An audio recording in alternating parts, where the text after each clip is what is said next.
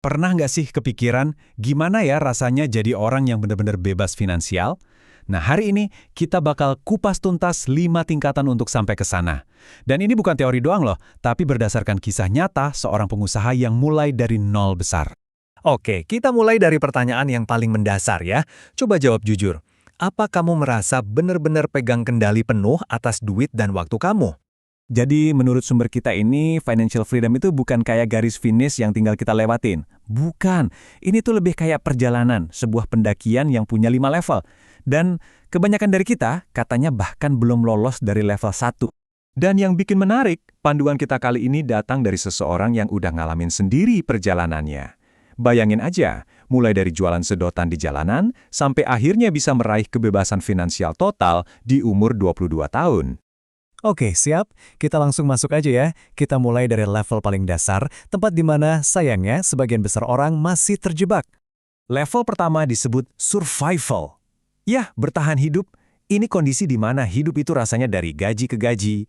Pikiran isinya cuma gimana caranya nutupin semua kewajiban, nggak ada ruang buat nabung, dan selalu cemas nungguin tanggal gajian. Nah, coba deh lihat poin-poin ini. Pikiran isinya cicilan melulu, jarang banget ngerasa tenang, tabungan, ya gitu deh, nggak ada atau dikit banget.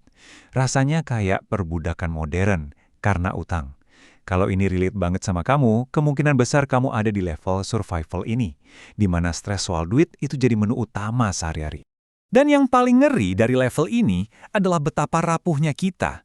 Cuma butuh satu kejadian nggak terduga aja. Misalnya amit-amit ada keluarga yang sakit parah, dan semua bisa langsung hancur berantakan.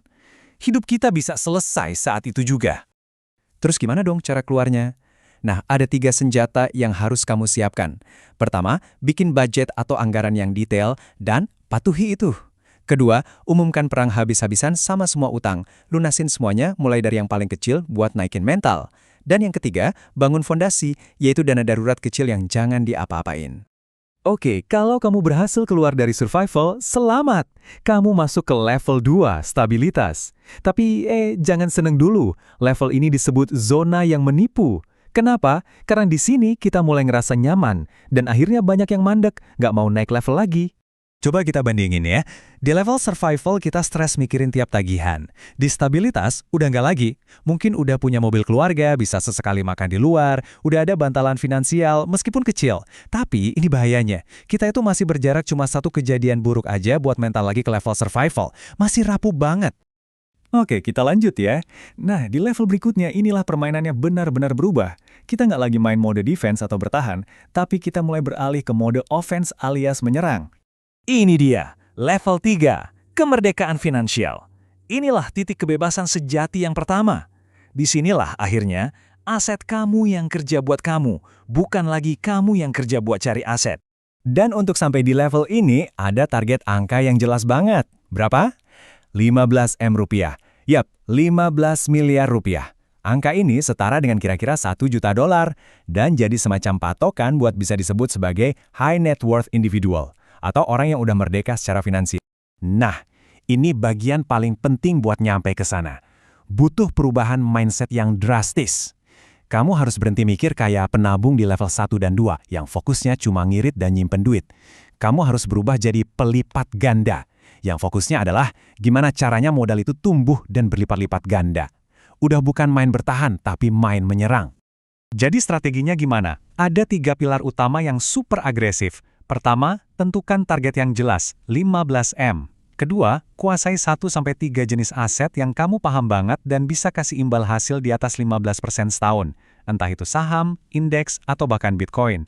Ketiga, serang dengan tingkat tabungan yang gila-gilaan, antara 50-80% dari penghasilan buat diinvestasikan. Dan seberapa langka orang yang bisa sampai di level ini? Coba lihat. Cuma 0,06% dari populasi Indonesia. Ya, kamu nggak salah dengar. Sisanya 99,94% belum sampai di titik ini.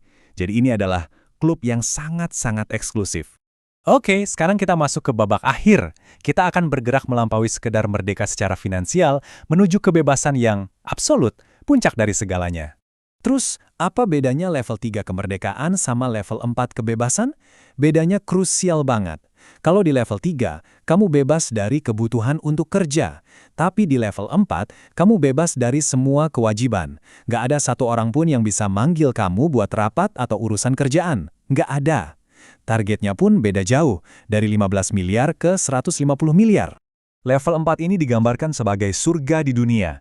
Sebuah titik di mana kamu bisa melakukan apapun yang kamu mau, pergi kemanapun kamu suka, kapanpun, dan duit kamu nggak akan ada habisnya. Serius, gaya hidup kamu di level ini praktis sudah nggak bisa dibedain sama seorang triliuner.